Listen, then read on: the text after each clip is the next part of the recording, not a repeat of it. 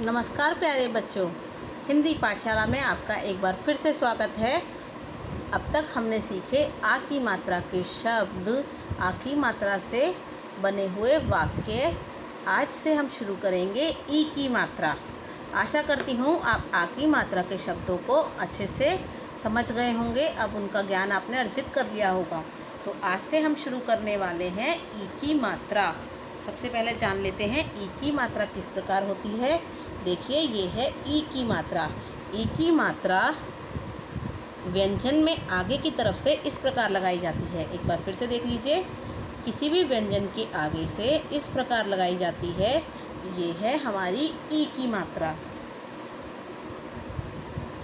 जैसे कि क के साथ जब हम ई की मात्रा जोड़ दें तो वह बन जाएगा की। और ध्यान देने वाली बात ये है कि जब हम ई की मात्रा को, छोटी ई की मात्रा को जब हम जोड़ते हैं व्यंजन के साथ, तो हम उसे ज़्यादा खींचते नहीं हैं, ज़्यादा ज़ोर नहीं लगाते। क्योंकि जब आप बड़ी ई की मात्रा सीखें तब आपको पता चलेगा ऐसा क्यों। जब हम छोटी ई की मात्रा व्यंजन में जोड़ते हैं तो हम उसे एकदम जल्दी से बोल देते हैं। जैसे कि क के साथ ई की मात्रा बन गया की, ग के साथ ई की मात्रा की, म के साथ ई की मात्रा जोड़ने से वह बन गया मी। प के साथ ई की मात्रा जोड़ देंगे तो वह बन जाएगा पी। द के साथ ई की मात्रा जोड़ दें तो वह बन जाएगा दी। की, गी, मी, पी, दी। इसीलिए मैंने मात्रा को दूसरे रंग से लिखा है, जिससे आपको अच्छे से समझ आए।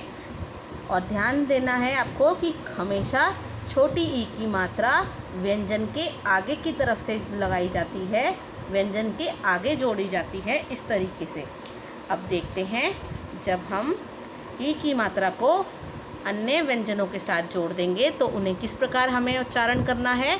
देखिए, मैंने सभी व्यंजनों में ई की मात्रा जोड़ दी है। जैसे मैंने आ की मात्रा जोड़ी थी, इसी प्रकार से आपको भी हिंदी की कॉपी में सभी व्यंजन लिखने हैं और उनमें ई की मात्रा जोड़कर उनका उच्चारण करने का अभ्यास करना है। जैसे कि जब क के साथ ई की मात्रा लग गई तो वह बन गया की। ख के साथ ई की मात्रा जोड़ने से बन गया खी।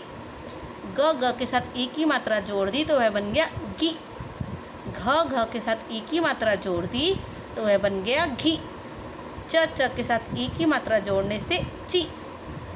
छ के साथ ई की मात्रा छी। ज के साथ ई की मात्रा जी। झ के साथ ई की मात्रा झी। ट के साथ ई की मात्रा टी। ठ के साथ ई की मात्रा जोड़ दी तो वह बन गया ठी। ड के साथ ई की मात्रा जोड़ दी तो वह बन गया डी। ढ के साथ ई की मात्रा जोड़ दी तो वह बन गया ढी। त के साथ ई की मात्रा जोड़ दी तो वह बन गया ती। थ के साथ ई की मात्रा जोड़ने से वह बन गया थी। द के साथ ई की मात्रा जोड़ दी तो वह बन गया दी। ध के साथ ई की मात्रा धी। न के साथ ई की मात्रा नी। प के साथ जब ई की मात्रा लग गई तो बन गया पी। अब देखिए, अभी तक ये है फ, पर जब हमने इसके साथ ई की मात्रा जोड़ दी तो वह बन गया फी। ब के साथ जब ई की मात्रा जोड़ दी तो वह बन गया बी। भ के साथ ई की मात्रा जोड़ने से बन गया भी। म के साथ ई की मात्रा जोड़ दी तो वह बन गया मी। य के साथ ई की मात्रा जोड़ दी तो वह बन गया ई। र के साथ ई की मात्रा जोड़ दी तो वह बन गया री। ल के साथ ई की मात्रा जोड़ दी तो वह बन गया ली। तो इसी प्रकार आपको सबसे पहले लिखना है ई की मात्रा कैसी होती है और उनको जोड़कर बताना है। आप चाहें तो इसका स्क्रीनशॉट ले सकते हैं।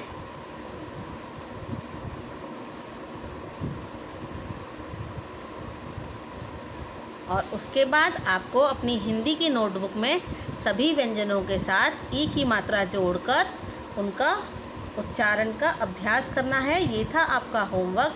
आप चाहें तो इसका स्क्रीनशॉट ले लीजिए।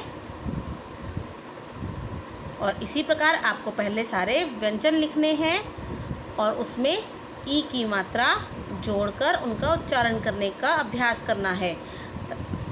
आगे की क्लास में मैं आपको बताऊंगी कि ई की मात्रा जब अन्य व्यंजनों से जुड़ जाती है तो वह किस प्रकार से शब्द बनाती है। तो हम फिर मिलेंगे अगले हिंदी पाठशाला में। तब तक के लिए धन्यवाद। और आप यह कार्य अपनी हिंदी की नोटबुक में इसी प्रकार करें, पर ध्यान रहे डेट ज़रूर डालें। हम फिर मिलेंगे। धन्यवाद।